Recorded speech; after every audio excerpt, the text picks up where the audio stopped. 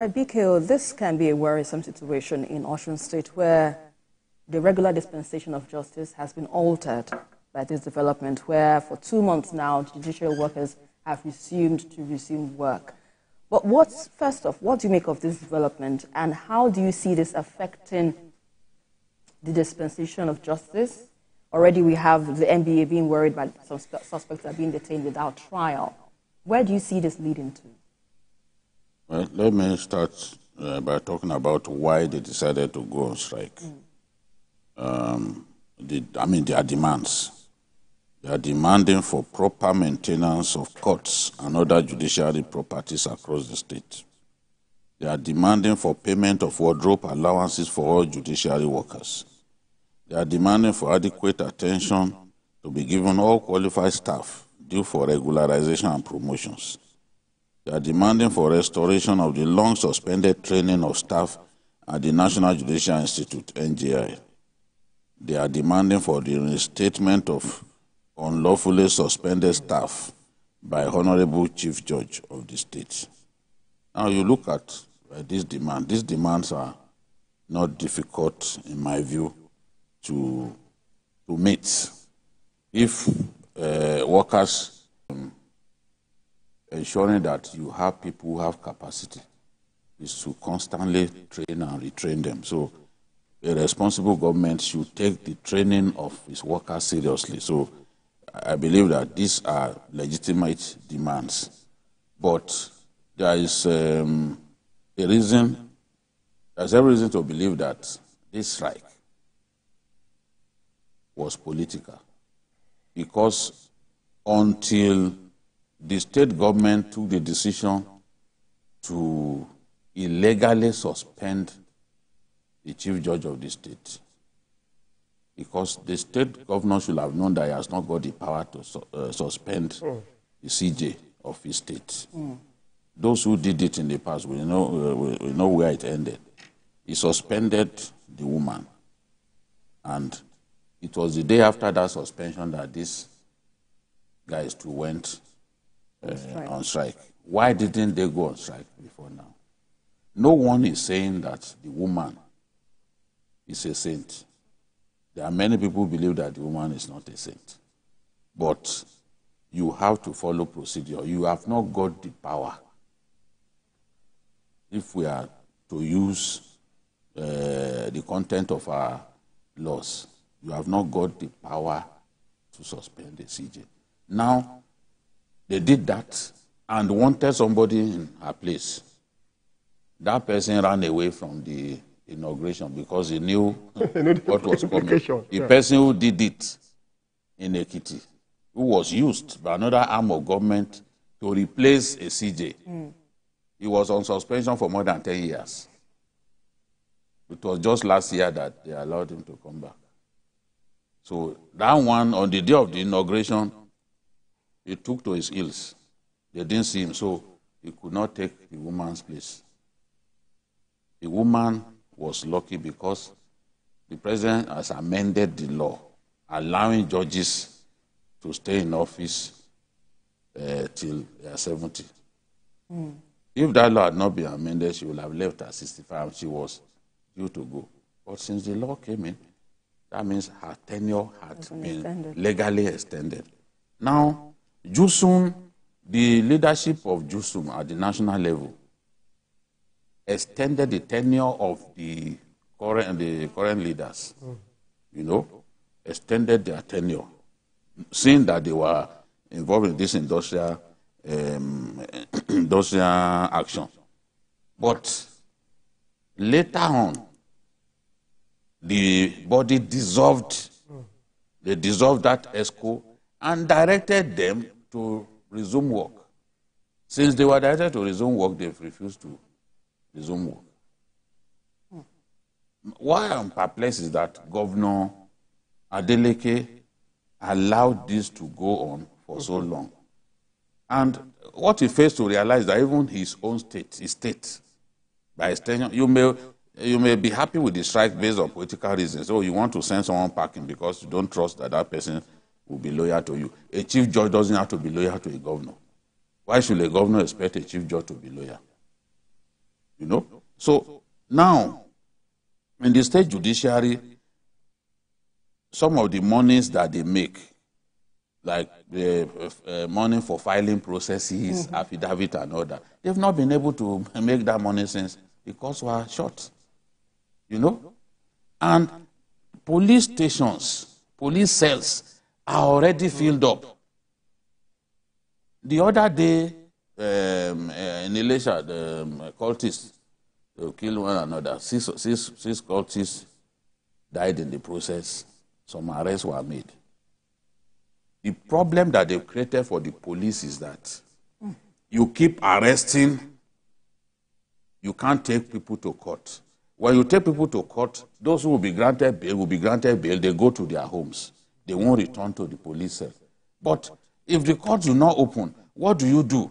You keep people in detention indefinitely, and the law does not say that for every crime you must keep people in detention indefinitely. And the mobile courts are not working the same way the regular courts are not working. So now this same problem is happening even in the correctional centers. They have prison in Elisha and I think Ilefe also. Those prisons are already jam-packed because they can't take people before the courts for possible bail or whatever. So they are jam-packed, and there is concern that the more you bring people to the correctional centers and the correctional centers are filled up, you could be playing with a jailbreak. Because how will the security people, the warders, for example, how will they be able to manage a crowd that is too large? So the state is playing with fire. They don't understand the implications of the courts not working. You can't. Police now on their own now, they decide when to arrest. Because before you arrest, you must think of where you are going to keep them. Where do you keep them? You can't keep criminals in the open. Right. You have to put them in the cell. The cells are filled up because you are not taking people to court. So in some cases, they will just look. If they think that, well, your case is not, they let you go. You go back to the ward to be tormenting people. So this is something that they need to sit down. The governor needs to sit down with these people and resolve these outstanding issues. Because looking at this, there's no big deal in this demand. These demands can be met. Oh, how do you think this matter can be addressed? Even if the government says it is denying involvement in this protracted 2-month strike in the judicial sector in its state? Honestly, it's very painful that this is happening because they've actually crippled an arm of government. The legislature is working, the executive is working, the judiciary that is said to be the last hope of the common man is not working. I think there are some sectors in our nation that must not be allowed to go on strike. Right. Just the way it's very painful for electricity workers to say, they are going on strike, or police to say they are going on strike. Judicial workers should not be going on strike. I also think that this should have been addressed before this time. But thankfully, the state governor has woken up. That they have to find a way of, resolving the matter. We're talking about police stations, not being able to keep the prisoners. So, one of the lawyers was saying that maybe some people should be granted administrative bail. But it's not everybody that you can grant administrative bail. You can't grant a murder suspect an administrative bail. Even courts, any offense that is capital in nature, they don't give them administrative bails. Right. Now, there are some people that by now they should have been remanded in the correctional center. Normally that's what they do. After hearing even when you make a bail application, the judge or magistrate will say, okay, remanded in prison until determination of until perfection of the bail. So all of this should be happening. So they should think about all of this and resolve this issue. My only problem, I'm happy that they have set up a committee. The only issue I have is that it's late, but better late than never. And they should approach it with sincerity. They should approach this with sincerity. And of course, there is also nothing wrong in meeting the demands of those workers. Wardrobe allowance, courts. See, if you go to some courts, I used to cover, thank God that things have changed in Lagos. When I was a judicial correspondent many years back, I used to pity the judges. I would see, I once saw a judge, everything a witness was saying, I had to record it. I went to the toilet. Hold on, the lawyer will say, please hold on, my lord is recording. So you have to write, I went to the toilet, I did this. That looks like something that a clerk should do.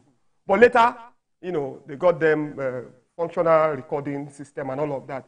So if they are asking for that in Osun, they should give them. Let them give them what they want. Those things are not too tough or too difficult for them to meet. So in resolving the issues, they must address the demands of the workers. The ones that can be met immediately, let them meet them.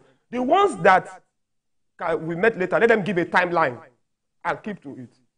That's it. BKO, what do you propose as a lasting solution to this crisis? Oh, this strike must come to an end immediately. Must come to these JUSUN guys who have gone on strike. They don't understand the implications to the larger society. Mm-hmm. They are just thinking about themselves, and a good number of them are political in nature. One, you cannot remove the CJ. It is the NJC that can do that. The state government went on a wild goose chase, taking the matter of the CJ before an assembly. I mean, you should have reported to the NJC. The NJC will be the one to try, and if she's found guilty, they will send her packing. Some judges have been punished in that manner, some even demoted. But the executive cannot go and punish the judicial officer. No, it's not within your power. So now that it's clear that the woman has nowhere to go, she go to keep her job, the governor should call the JUSUN people and say, look, go back to work. We'll meet your demands. The last time this kind of thing happened was in Rivers State, during Amechi's time. During Amechi's time, Amechi decided to lock up the courts. Wanted to flex muscles at that time. Where did the whole thing end up for him? What he wanted, he did not achieve. The person that I didn't want to see become the CJ of Rivers eventually became CJ of Rivers. The moment Wike became governor, brought that person and made person became CJ. He didn't achieve his aim. So people must always think of the future, tomorrow. Today they can't take people before the courts and they cannot release. So it's a problem for law enforcement. We abuse our police, but look at what we are making them go through. It's not the fault of the police now, but their cells are jam-packed. All right, let me hold your thoughts. We need to take this call from Abuja. Benga, please go ahead with your contribution. Hello, Benga, if you're there, please go ahead with your contribution. All right, hello? Go ahead, please. You're live. Go ahead with your contribution. Okay. Yes, I was trying to make my comment when you are talking about CBN something. I said the reason why the anchor borrower project failed was because they allow politicians, those who don't have anything to do with agriculture or farming or rice farming, to be collecting these loans. Yes. They turned it to their own ATM. And they were collecting these loans, and that's why they could not pay back. And that was a failure of that program. Many of the farmers who didn't need that loan could not get it. But the politicians and the cronies of these CBN people were the one collecting it from NISA. Now, NISA MDR now is on trial because billions of naira was taken away through that anchor borrower, and they could not account for it.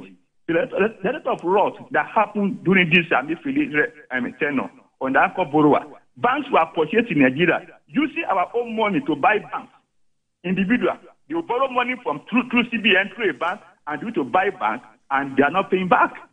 All these are the ones that cause the genesis of the problem we are having in Nigeria today. Thank you very much. Thank you so much, Benga, for your contribution. With that being said, Vicky, he highlighted part of what you raised earlier on the initial discussions we had on the CBN matter. But still, we still focus on what we're discussing. You preferred solutions that should be applied rather by the state government, and looking at what the implications is if this isn't addressed soon enough.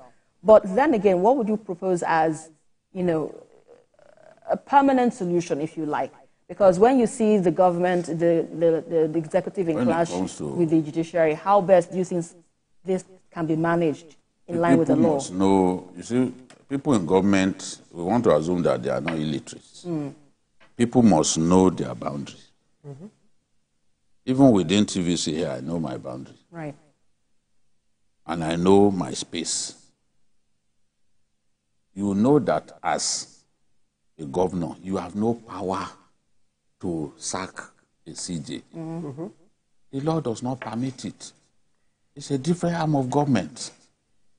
But governors always get power drunk that they believe that, no, I don't want this person. Governor wants to choose speaker in the state. Governor wants to choose chief judge. Abba. So how do we prevent that from happening? No, you will still see people, a governor who wants to demonstrate aberrant behavior. You can't stop them. Occasionally somebody will think that, okay, let me flex my muscle here. But they must realize that it at the end of the day, it will amount to a waste of time. If we had time, I can list governors who moved against the chief judges in their states. At the end of the day, they lost the battle. Yeah. In fact, I hate to recall what happened in Kwara, for example, where Bukola Saraki sacked this CJ. The woman eventually got justice, but justice was delayed. Right. It came just, I think, a few days or so to her leaving office because the case dragged on for years. Thank God for ACGA now. At least cases can move at a much more faster pace. Right. That is what we want to see. Absolutely. Because justice delayed is justice denied. Paul. So don't move against judges. You have not got the power. Right. Paul, your final thoughts? Now, the truth of the matter is that no society can move forward when you cripple institutions. Institutions outlive men. Governors will come and go. A governor will soon become an ex-governor. But a situation where governor wants to control the legislature, wants to control the judiciary, it does not bode well for the society. So people must realize that in the end, everybody becomes a loser, including the governor himself. Ultimately, he's going to be a loser. And history will not be kind to such a governor. Indeed. Well, that's where we leave it, gentlemen, for this Wednesday's edition of Journalist Hangout. Thank you so much, my guests in the studio, Paul Dada, and as usual, Babajide Kolade Atitoju. It's a pleasure to have your thoughts on the program. Well, that's about it, folks. You can also watch a repeat broadcast of the show tonight at 11. You can also join us on Sunday from 1:30 to 3:30 p.m. We're also on YouTube at youtube.com/TVC News Nigeria. I am Esther Makwariola. Bye for now, and God bless Nigeria.